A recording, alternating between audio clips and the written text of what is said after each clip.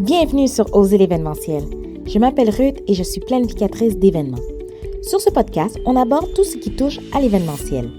Que ce soit par mes propres expériences ou à travers celles de mes invités, j'espère que ce contenu vous aidera à oser réaliser des événements pour enfin propulser votre entreprise. Bonne écoute!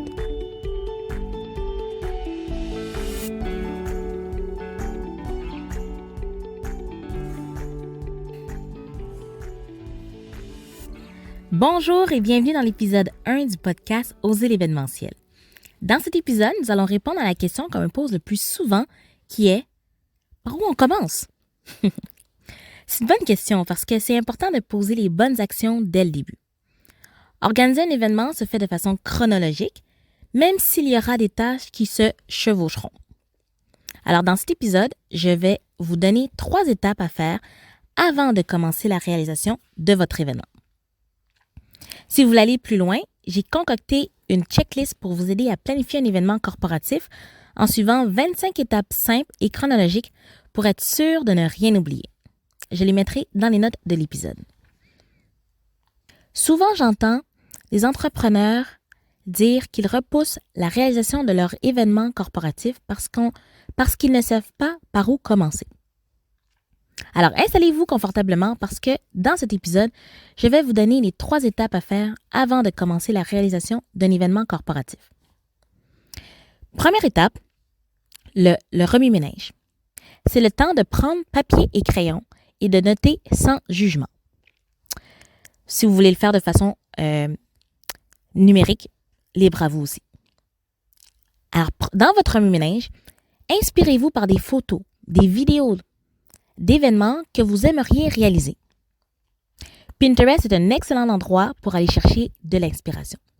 Et justement, moi aussi, j'ai un Pinterest où j'ai différents tableaux pour différentes inspirations.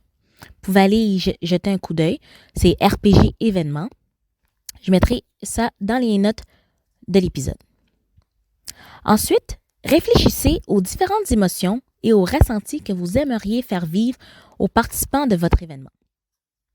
Est-ce que ce sera la joie, la paix, la surprise, l'énergie positive? Est-ce que vous voulez que, par exemple, pour la joie, est-ce que vous voulez que les participants, lorsqu'ils rentrent, vraiment, ils se sentent enjoués avec plein d'énergie? Est-ce que vous voulez leur donner un moment paisible? Alors, quand on rentre, on est apaisé. Ou est-ce que vous voulez les surprendre durant tout au long de l'événement par différentes façons? Pensez-y et réfléchissez aux différentes émotions. On le sait, les gens ne se rappelleront peut-être pas de ce que vous aurez dit durant l'événement, mais des émotions ressenties durant l'événement. Pensez aussi à vos propres expériences événementielles. Vous êtes sûrement déjà allé à différentes sortes d'événements, que ce soit des plus petits ou à plus grands déploiements. Notez qu'est-ce que vous avez aimé ainsi que votre ressenti. Notez aussi qu'est-ce que vous n'avez pas aimé et votre ressenti. C'est important pour savoir ce qu'on veut reproduire ou encore ce qu'on veut éviter. Deuxième étape, définissez vos objectifs. Alors, quel est votre grand pourquoi? Ça va vous demander un bon temps de réflexion pour définir votre ou vos objectifs qui vont se retrouver derrière votre événement. Mais c'est vraiment un temps de réflexion à ne pas négliger. Ensuite, réfléchissez aussi à ce que vous voulez en retirer de cet événement. Votre retour sur investissement. Est-ce que vous voulez faire plus de ventes? Est-ce que vous voulez avoir plus de visibilité? Quel est le retour sur investissement que vous aimeriez? Quel est votre grand pourquoi? Troisième étape, dressez les grandes lignes de votre événement. Mais avant ça, pensez au type d'événement que vous voulez réaliser.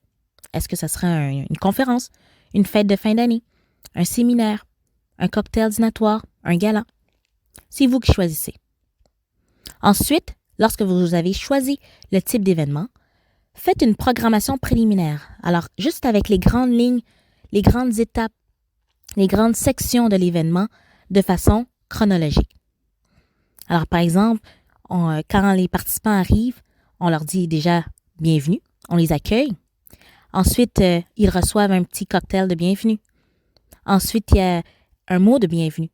Ensuite, il y a les premières bouchées qui arrivent. Ensuite, un premier spectacle, une première animation, et ainsi de suite, jusqu'à la fin de la soirée. Notez juste les grandes étapes, les grandes phases de l'événement. Et pour vous aider, pensez au parcours du participant. Quel est le parcours que vous voulez que le participant fasse durant votre événement, sans nécessairement noter tous les détails. Alors voilà, ça c'était les 3 étapes.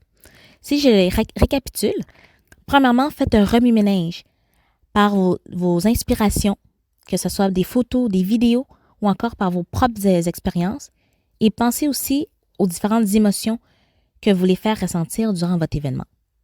Ensuite, définissez vos objectifs, alors votre grand pourquoi et votre retour sur investissement. Et pour terminer, dressez les grandes lignes de votre événement en pensant au parcours du participant. Alors, je vous rappelle que j'ai une checklist pour planifier votre événement corporatif qui se retrouve dans le lien dans les notes de cet épisode-là. Et je vous invite à me rejoindre sur Instagram pour qu'on puisse continuer à échanger ensemble sur l'organisation d'un événement corporatif.